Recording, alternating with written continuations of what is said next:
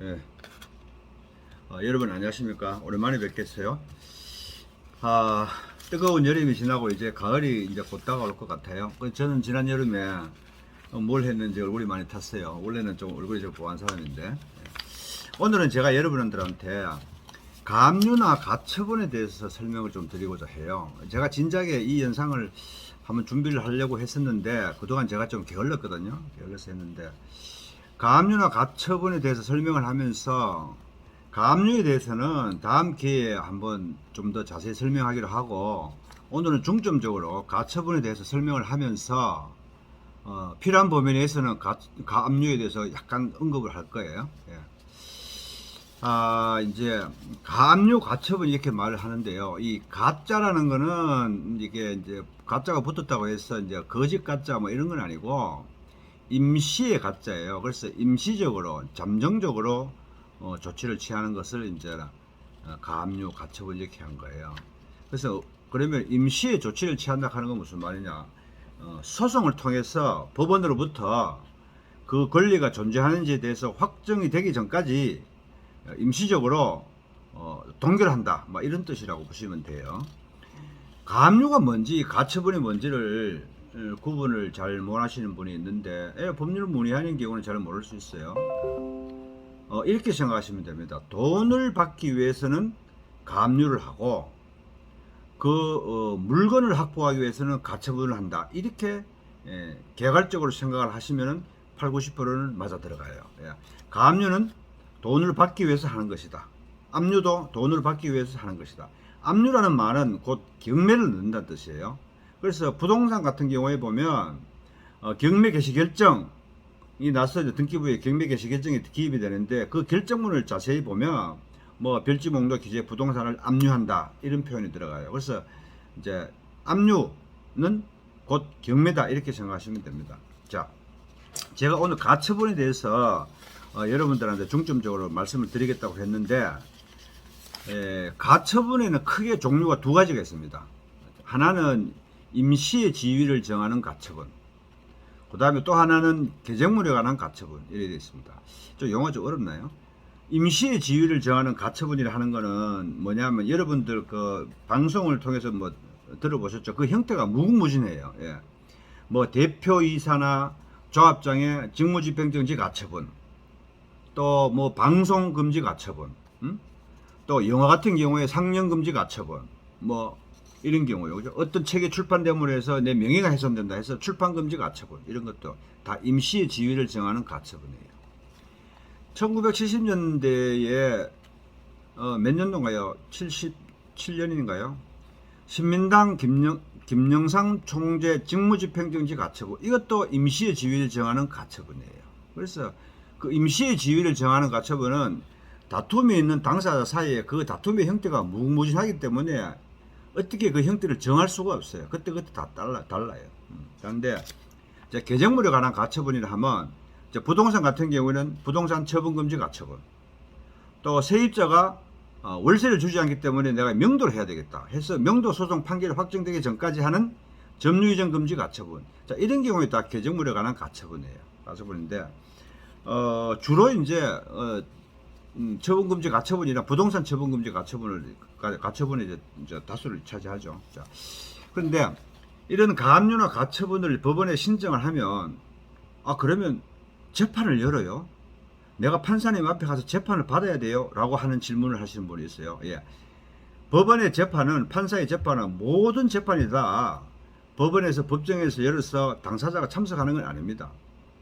가압류나 가처분 같은 경우에는 판사가 서면 심리만으로 결정으로서 재판을 결정을 하기 때문에 법원에 출석할 필요는 없습니다. 서면 심리만으로 하기 때문에, 이런 사건들을 우리는 비송 사건이라고 얘기합니다. 소송 사건의 경우에는 원고와 피고, 또 어떤 경우에는 이제 가처분 사건도 재판을 여는 경우가 있는데, 조금 전에 말씀드렸던 임시의 지위를 정하는 가처분은 대개 재판을 열어요. 그때는 이제 채권자와 채무자가 법정에 출석을 해야 돼요. 그러나 부동산 처분금지 가처분이나 뭐 점유이전 금지 가처분, 이런 경우에는 법원에서 재판을 열지가 않습니다. 자, 가압류는 돈을 받는 사람이 한다. 가처분은 그 물건을 확보하기 위해서 한다. 근데 이 차이가 뭐냐? 결국 물건에 가지고 다툼이 아니냐 이렇게 얘기하는데 그거는 그렇지 않아요. 물건이 가지고 있는 가치는 여러 가지가 있죠. 사용 가치, 교환 가치, 그리고 감정 가치도 있을 수가 있어요. 감정 가치를 하는 거는 돌아가신 우리 아버지의 빛바랜 사진 한 장, 그게 뭐 사진이 시장에 내놓으면 그 몇 푼 안 하겠죠. 그러나 내가 가지고 있는 유일한 나의 아버지 사진이기 때문에 나한테는 굉장히 큰 값어치가 있는 거예요. 돈을 얼마나 줘도 교환할 수가 없는 거죠. 내가 그 물건에 대해서 가지는 감정 가치라고 하는 거는 비교할 수 없는 것이죠. 그런데 가압류 또는 압류는 물건의 교환 가치를 보는 거예요. 그러니까 어떤 부동산이 시장에 내놓으면 얼마에 팔릴지 모르는 거죠. 그러나 그 물건에 대해서 예컨대 어떤 사람이 나 이 집을 정말 애지중지하게 잘 키웠어, 잘 지었어. 내가 노년생활 하기 위해서 아주 그 정성 들여서 지었는데 돈이 문제가 아니야. 이 집은 아주 중요한 거야. 이런 경우에는 그 사용 가치라든가 감정 가치가 이제 정액이 되는 것이죠. 그래서 물건의 소유권을 가지는 것과 그 물건의 소유권보다는 그 물건을 팔아서 돈을 장악하겠다 하는 사람과의 그 입장은 판이하게 다른 거예요. 자, 그런데 이 가압류 같은 경우에는 말이죠. 이 가압류를 하면 그 등기부 같은 경우에는 이제 등기부에 올라가고 은행 통장 가압류를 하는 경우에는 은행에서 이제 가압류를 당했으니까 신용이 떨어지죠. 그래서 대출을 상환하라 한다든가 신용카드가 사용이 정지된다라든가 신용이 떨어져요. 그래서 금융기관에서 왜 당신이 이렇게 가압류 당했어요? 라고 물어보고 신용에 영향을 미치면 그 은행에서 우리한테 빌려간 돈도 빨리 갚아줘. 당신이 지금 돈이 많이 없는 사람이네. 그러니까 돈 달라고 당신한테 가압류 들어오지. 이런단 말이에요. 또 부동산 같은 경우에는 가압류가 다 되어버리면 기존에 그 부동산에 대해서 대출을 하고 있던 금융기관에서는 이 부동산이 왜 가압류 당했습니까? 우리 담보 잡았는데 이 부동산에 대출에 대해서 빨리 상환해 주세요. 그래 하시면은 우리가 경매를 넣어야 될지도 모릅니다. 이 부실채권화가 될 수 있습니다. 라고 이렇게 들은단 말이에요. 그러니까 가압류나 가처분을 하면 그 채무자에 대해서 상당한 압박 효과가 있기 때문에 가압류 가처분을 많이 활용을 하는데 이것은 법적인 효과는 아니고 그래서 이제 위화적인 효과라 그러는데 가압류 가처분을 하는 것은 본래의 목적은 뭐예요? 소송을 통해서 권리를 확정받기 전까지 임시적으로 잠정적으로 동결 조치를 취하는 것이다 이렇게 말씀을 드렸어요. 그래서 가압류나 가처분을 하는 사람들은 이제 여러 가지 목적이 있는데 가압류나 가처분을 할 수 없는 경우가 있어요. 예를 들면 개인 회생을 신청했는데 법원으로부터 금지 명령이 내려진다거나 아니면은 개인 회생 신청해가지고 변제 계획 인가가 나면 그런 채무자한테는 가압류나 가처분을 못해요. 또 법인 같은 경우에 법정 관리를 신청해서 보존처분, 금지의 보존처분이 명하여진 회사 같은 경우에는 가압류나 가처분 못하는 것이죠. 그리고 또 이제 정부 지원으로 취득한 부동산 같은 경우에서 그 정부가 지원금을 주고 부동산을 취득하게 하면서 그것을 다른데 매매하지 못하도록 제한 사항을 등기해 놓은 경우가 있습니다. 부기 등기라 그러는데 또 입주자들의 그 주택의 주거 환경의 안전을 보장하기 위해서 주택의 경우에 입주 개시일로부터 일정 기간 동안 금지 사항의 부기 등기를 해줄 수도 있어요. 그런 경우에는 가압류 가처분을 원하도록 되어 있어요. 그렇게 알고 계시고. 그 다음에 이제 또 문제가 되는 게, 요즘 이제 건설사에서 부도가 나잖아요. 뭐 공사를 짓고 있는 중에 부도가 나버리니까 그 분양 계약자들, 수분양자라 그러는데, 분양을 하는 건설회사가 부도가 나버리면 수분양자들이 그냥 거의 공황 상태에 빠지는 거죠. 왜? 집을 내 집 마련하기 위해서 계약금 주고, 중도금을 주고, 은행에 대출을 받아서 중도금을 줬던 내가 가지고 있는 돈을 줬던 일단 중도금까지 줬단 말이에요. 은행에 대출을 받은 경우에는 은행 부채가 남아있단 말이에요. 근데 부도가 나버리니까 은행 이자 못 주니까 중도금 무이자 대출했는 거에 대해서 은행에서 나보고 당신이 채무자에서 돈을 빌려갔는 거 아니냐, 회사에서 돈 안 준다, 이자 내라 이렇게 들어오니까 이자도 내야 되죠. 상당한 압박을 받고 그 혼란스러운 상황은 이로 말로 표현을 할 수가 없어요. 그러니까 그런 경우에 이제 궁금해 하시는 분들이 많습니다. 그래서 말씀을 드리고 싶은 게 원론적인 건, 어떤 부동산에 대해서 가압류나 가처분을 할 때 짓고 있는 부동산에 대해서는 도대체 언제부터 가압류나 아니면 압류, 즉 경매를 넣거나 가처분을 할 수 있어요? 이런 묻는 거예요. 그거요? 그 사용 승인이 나면 당연히 할 수가 있겠죠. 이미 다 준공이 돼서 입주해가 살고 있는 뭐 건물이나 주택 같은 경우에는 건축물 관리 대장이 있고 등기부 등본이 있고 있으면 그건 당연히 가압류 가처분 되죠. 문제는 준공도 나지 않는 건물, 그러니까 건축물 관리 대장도 없고 건축물 관리 대장이 없으니까 보존 등기 못했으니까 당연히 등기부 등본도 없죠. 자, 이런 건물에 대해서는 도대체 언제부터 가압류를 할 수 있느냐라는 것이 문제가 되는데요. 얼마 전에 대법원에서 상당히 의미 있는 판결이 났는데 그 판결까지 언급하기에는 여러분들한테 너무 무리인 것 같고, 일단은 이렇게 생각하시면 됩니다. 그 아파트 같은 경우에는 이제 집합 건물인데요. 뭐 1층, 2층, 3층, 4층 해가지고 30층, 40층까지 올라가고 각 층마다 호실이 있는데 전부 부동산이 개개 구분 건물입니다.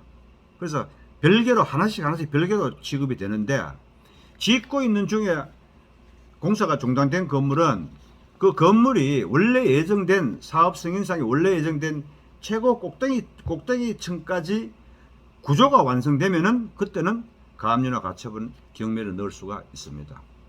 물론 사용 승인이 나지 않아서 공부상의 기록이 없기 때문에 그 절차는 상당히 까다롭고 어렵습니다. 그러나 불가능하진 않아요.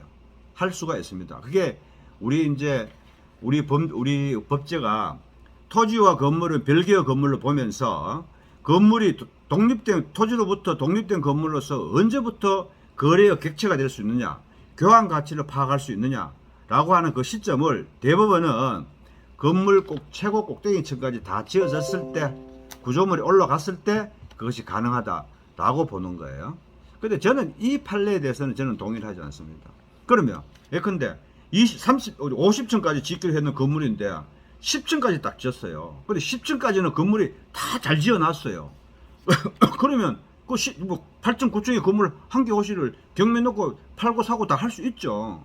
근데 굳이 그 대부분은 꼭대기층까지 다 되어야만이 가압류 가처분을 할 수 있다라고 하는데, 조금 전에 말씀드렸죠. 구분 행위에 관해서 대법원에서 의미 있는 판례가 나왔는데 그 의미 있는 판례에 따르면은 굳이 꼭대기층까지 다 짓지 않아도 가압류 가처분의 대상이 될 수 있다라고 하는 게 제 개인적인 생각인데요. 그건 제 개인적인 생각이고 법원으로부터는 받아들여지지 않더라고요.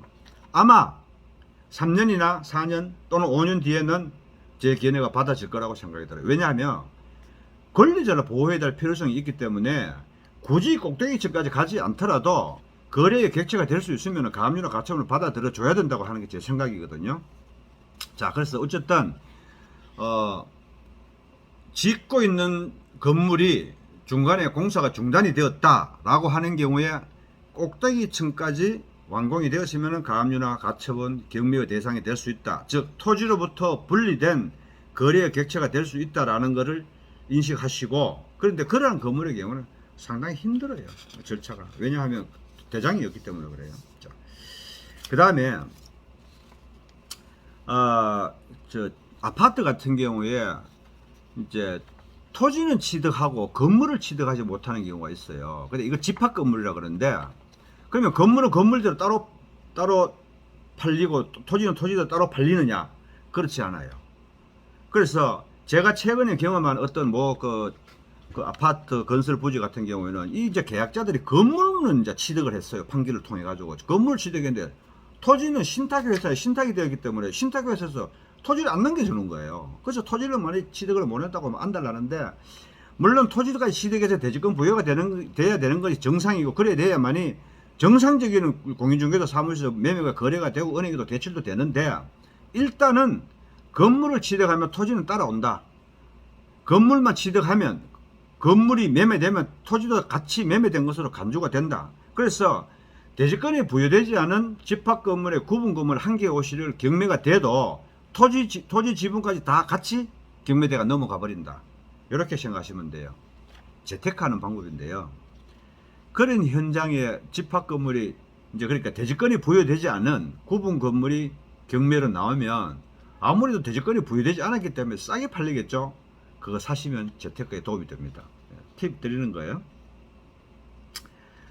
그 다음에 또 여러분들한테 말씀드리고 싶은 게, 하나의 부동산을 두고 가압류도 한 사람도 있고 가처분을 한 사람도 있고 막 권리자들이 막 부딪히는 거예요.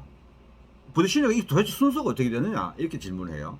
자, 기본적으로 부동산의 경우에는 등기부에 기입되는 순서가 영향을 크게 미칩니다. 그래서 제가 여러분들한테 사례를 보여주고 설명을 드릴게요. 자, 1번 사례는 이제 부동산 소유자예요. 소유자가 있는데 이 부동산 소유자가 어떤 사람으로부터 두 번째로 이제 가압류를 당했어요. 뭐 또 압류 또는 경매를 당했다라고 똑같이 생각해도 돼요. 자, 그 다음에 세 번째로 어떤 사람이 이제 가처분을 했어요. 이 가처분을 했다는 얘기는 무슨 얘기예요? 이 토지 소유자로부터 부동산을 산 다음에 계약을 체결한 다음에 뭐 아파트 분양 계약도 좋고 일반 뭐 매매 계약도 좋아요. 계약금이나 중도금 이상의 계약금과 중도금을 지급했는 상태에서 가처분을 한 거예요. 그렇게 추정이 되는 거예요. 근데 요 가압류 한 사람이 가처분보다 앞서잖아요. 근데 가압류는 왜 한다 그랬어요? 교환 가치를 파악하기 위해서, 그 부동산의 경매를 넣기 위해서 가압류를 한 거예요. 그럼 이 가처분 한 사람이 3번이 가처분 한 사람의 지위는 어떻게 돼요? 2번 가압류권자 또는 경매권자가 경매를 진행해서 이 건물이 낙찰이 되어버리면 4번 가처분은 그냥 말소가 되는 거예요. 그냥 말소가 되는 거예요. 왜 그래요? 그거는 편하게 생각해서 등기부상에 기입된 순서대로 하기 때문에 그렇고, 좀 더 구체적으로 들어가면 권리 취득 승계 기준 일자기 때문에 그런 거예요.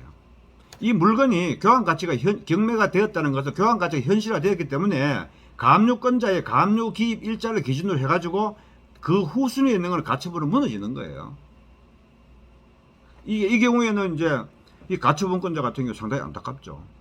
안타깝죠. 왜냐? 이 2번 가압류권자가 부동산을 가압류를 당했을 때는 어떤 사람이에요? 돈이 없는 사람이죠. 가압류권자가 돈을 달라 해가지고 안 주니까 부동산에 경매를 넣었는데 이 사람이 다른 재산이 뭐 있겠어요? 가처분권자는 계약금하고 중도금하고 이제 공중에 떴죠. 그러면 부동산 소유자한테 너 지금 부동산 이렇게 나한테 팔려고 매매해놔놓고는 그 내가 취득하지 못하겠어요. 손해배상해라 라고 해본들 이 부동산 소유자 돈이 있겠어요? 돈이 있는 사람 같으면 가압류 경매 안 당하지요. 그러니까 이 가처분권자는 상당히 안타깝다. 구제받을 수 있는 길이 없잖아. 있긴 해요. 근데 예컨대 가압류권자가 이 부동산이 한 10억짜리 가치가 되는데 가압류권자가 돈 하나 500만원 못 받았다고 경매를 넣을 것 같으면 가처분권자가 이해관계 있는 제3자 500만 내가 줄게 대위변제 해버리고 가압류 말소하면 되죠. 가압류 말소해버리면 3번 가처분이 제일 우선순위로 올라가니까 걱정 안 해도 되죠. 그런데 이 가압류권자가 뭐 한 4억 5억 아파트 한 분양가 한 8억쯤 되는데 가압류권자가 한 5억 못 받았다고 경매 넣으면 가처분자 그걸 어떻게 떠안아요? 떠안을 수가 없는 거지. 자기가 잔금 못 준 거는 예컨대 뭐 얼마 안 되는데 그보다도 훨씬 더 가압류권자가 받아갈 돈이 많으면 그냥 손해를 보는 거죠. 그래서 이런 경우를 방지하기 위해서 우리 사실은 가등기를 해야 되는데요. 이런 피해를 방지하기 위해서는 가등기를 해야 되는데 우리나라는 가등기를 하는 그 법률 문화가 없어요. 예컨대 예를 들어 생각해 보세요. 10억짜리 부동산을 샀는데 계약금으로 10% 1억 줬어요. 중도금 3억 줬어요. 4억을 줬어요. 그거 빌려준 거지 뭐. 등기가 넘어오기 전까지는. 그런데 잔금 지급기일이 뭐 30일, 뭐 2달, 석 달 이래 되는 거예요. 근데 그동안에 이 소유자한테 어떤 일이 날지 모르잖아요. 이 소유자가 교통사고를 일으켜가지고 피해자한테 손해배상을 몇 억이라도 해줘야 되는 상황이 발생하면 그 교통사고 피해자는 이 부동산 대부분 가압류해버리겠죠. 그러니까 이 부동산 소유자가 어떤 사람을 모르는 상태이기 때문에 부동산 거금의 돈을 주고 부동산을 계약을 체결한 사람 입장에서는 본등기 할 때까지 내가 잔금 줄 때까지 우선 임시의 지위를 확보하기 위해서 가등기 해주세요 라고 해야 되는데 그 가등기 해야 되는 문화가 그렇게 정착되어 있질 않아요. 외국에는 가등기를 많이 해요. 자, 어쨌든 이 사례 1번의 경우에 이 가처분권자는 미리 가등기를 해놓지 못했기 때문에 이 가압류권자가 들어와가지고 이 피해를 입게 되는 거예요. 자, 그러면 사례 2번을 한번 보겠어요. 자, 사례 2번의 경우에는 이 부동산 소유자가 2번 가처분을 당하고 3번도 가압류 경매를 당했는데 추정컨대 이 2번 가처분권자가 가처분을 했는 이유는 이 부동산 소유자가 부동산은 계약금만 받고 중도금도 받은 상태에서 뭐 소유권을 잘 안 넘겨주려 했던 모양이에요. 아마 너무 싸게 팔았으니까 돈 좀 더 하든지 아파트나 집합 건물 지을 때 그 알바끼 하는 사람들 많잖아요. 돈 더 내놓으라고 막 버티는 거죠. 그러니까 가처분권자가 무슨 소리 하고 있어? 내가 계약금하고 잔금도 계약금과 중도금을 줬고 잔금만 주면 등기를 땡길 수 있으니까 당신은 다른데 이 부동산 다른데 팔 수가 없어. 내 거야.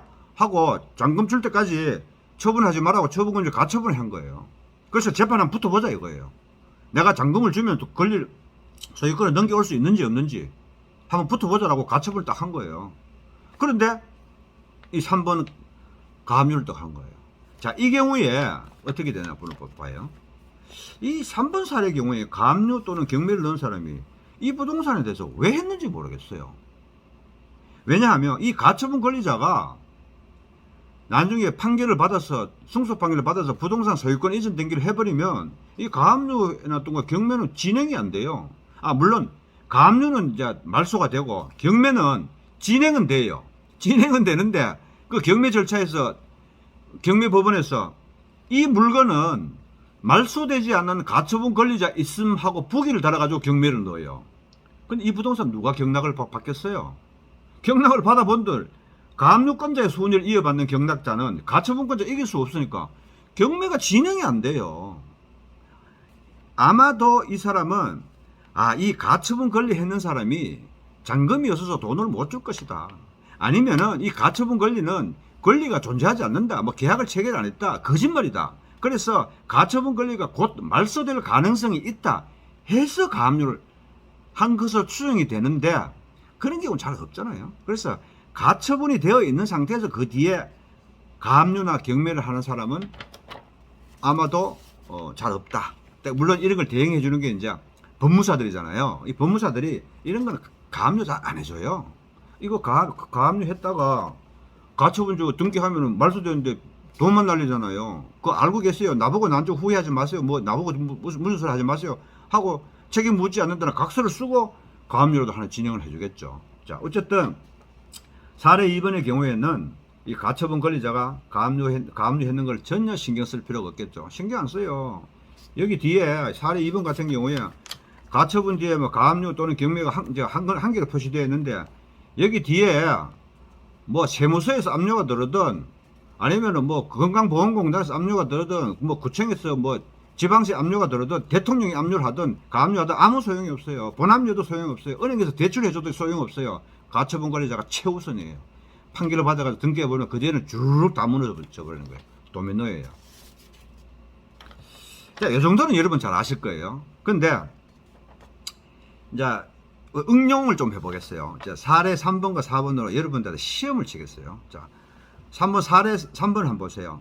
소유자의 부동산 소유자에 대해서 이제 가압류 또는 경매 들어가고 가압류 경매 들어가고 경매 있고 가압류 가처분 세무서 압류 들어갔어요.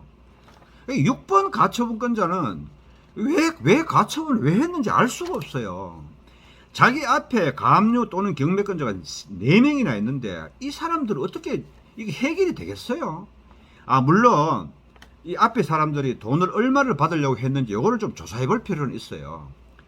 6번 가처분권자가 부동산 매수인으로서 내가 줄 돈이 앞으로 한 잔금 얼마 남아 있는데 내가 줄 돈이 뭐 한 10억 되는데 앞에 2, 3, 4, 5 이 사람들 받을 돈이 뭐 500만원, 600만원, 700만원, 800만원 밖에 없네. 내가 잔금을 줄 돈에서 충분히 해결할 수 있어 하면은 이해관계는 제3자도 대입변제 해버리면 돼요. 경매가 낙찰되기 전까지 빨리 대입변제 해버리면 돼요. 그렇지 않고서는 이 가처분을 할 이유가 없는 거예요. 그러면 6번 가처분 뒤에 있는 세무서의 7번 세무서의 압류는 이걸 운명이 어떻게 될까요? 이건 살아나는 거예요. 비록 가처분 뒤에 있지만 이 6번 가처분 권리가 현실화되지 않기 때문에 이 가처분의 장애를 받지 않아요. 그래서 배당을 할 때 2, 3, 4, 5, 7번이 배당을 받을 때 같이 받는데 세무서 압류니까 최우선적으로 변제를 받아 가버리겠죠. 그러니까 이 세무서에서는 어떤 부동산에서 가압류나 경매가 이렇게 들어오고 소유자가 벌써 세금을 많이 못 냈을 거 아니에요. 그러니까 세금을 못 냈으니까 경매도 당하고 가압류도 당했으니까 체납도 있을 거 아니에요. 그러니까 무조건 뒤에 갖다 붙여요. 붙여놓으면은 제일 먼저 받아가니까. 그러니까 7번 압류, 뭐 7번에 가압류라고 봐도 괜찮아요. 6번은 가처분권자 중간에 낑기는 가처분은 신경 쓸 거 없다. 그래서 이 사례 3번의 경우에는 2, 3, 4, 5번의 실형으로 인해서 가처분은 6번 가처분은 소멸되어야 될 운명이 있다. 이렇게 되는 거예요. 아마도 이 6번 가처분권자는 그만한 사정이 있겠죠. 아무래도 딱 하니까 뭐 이걸 몰라가지고 했겠어요. 물론 법무사나 변호사가 다 상담을 해주니까 이 나름대로 6번 가처분권자는 딱한 사정이 있어서 가처분을 했겠지만 2, 3, 4, 5가 말소가 되지 않은 이상 자기 가처분을 살아날 수가 없고 2, 3, 4, 5번 가압류 경매만 말소만 되면 7번 세무서의 압류는 신경 쓸 거 없어요. 이해하시겠죠? 그 다음 사례 4번을 한번 볼까요? 응용 문제인데요. 자, 부동산 소유자가 있어요. 그 다음에 가처분 했어요. 그 다음에 가압류, 압류 뭐 다 붙어 있어요. 이런 경우에 아까 말씀드렸죠. 2번 가처분권자가 1번 소유자를 상대로 해서 내가 잔금을 다 줬다 또는 앞으로 줄 테니까 등기를 넘겨둬 라는 동시이행 소송을 해가지고 승소 판결을 받아서 그 판결에서 등기를 하면 3, 4, 5, 6, 7은 다 무너지는 거예요. 다 없어지는 거예요. 그러니까 3, 4, 5, 6, 7번을 이렇게 뭐 또 세무서에서도 뭐 압류하고 가압류하고 이런 물론 나름대로 사정이 있다고 봐야 돼요. 사정이 있는데 다 무너질 운명에 처해져 있다. 이렇게 봐야 됩니다. 이 권리 순위가 이렇게 되는 거는 그 기본적으로 이제 가압류는 교환 가치를 대상으로 해서 돈을 받기 위한 것이고 가처분은 물건을 가지고 오기 위한 것이다라고 생각을 하시면 되고요. 그 다음에 이제 부수적으로 질문하시는 게 가압류 가처분 이렇게 해놓으면 얼마까지 갈 수 있어요? 라고 하는데 최단 기간은 3년이라고 보시면 되고요. 3년이라고 보시면 되고 뭐 해결이 될 때까지 좀 장기간 갈 수 있다 이렇게 생각하시면 돼요. 가압류 가처분 한 사람이 소송을 제기 안 할 리가 없죠. 그러니까 뭐 소송을 제기하면 되니까 뭐 그거 언제까지 갈 수 있냐 그거는 별로 신경을 안 써도 되고 가압류를 당한 사람 입장에서도 뭐 그 저거 뭐 세월 가면 없어지겠지 절대로 안 없어집니다. 절대로 안 없어집니다. 이거요 하나님이 와도 무너지지 않습니다. 가끔 보존 등기를 아까 보존 등기에 대해서 묻는데 아까 제가 이제 짓고 있는 건물에 대해서 보존 그 등기를 말했잖아요. 건물을 지어서 최초로 하는 게 보존 등기인데 짓고 있는 중에 건물은 가압류 가처분권자가 법원에 가압류 가처분 신청을 하면 법원에서 보존 등기를 강제로 시킵니다. 강제로 시키니까 그때는 뭐 취득세도 납부하지 않아요. 왜냐하면 아파트가 10억짜리가 보존 등기 하려고 하면 취득세 내야 되잖아요. 그럼 몇천만 원 나온다고요. 가압류 가처분권자가 권리 실현에 의해서 보존 등기를 강제로 시키는 경우에 그걸 가처분의 촉탁이라고 얘기도 하고 대위 등기라고도 하고도 하는데 정확한 표현은 촉탁에 의한 보존 등기예요. 대위 등기라는 말은 맞지 않아요. 대위 등기라고 하는 건 대위권이 있어야 되거든요. 가처분 권리자가 대위권으로 하는 게 아니고 촉탁 등기라고 봐요. 그래서 어쨌든 뭐 대위 등기라고 표현해도 돼요.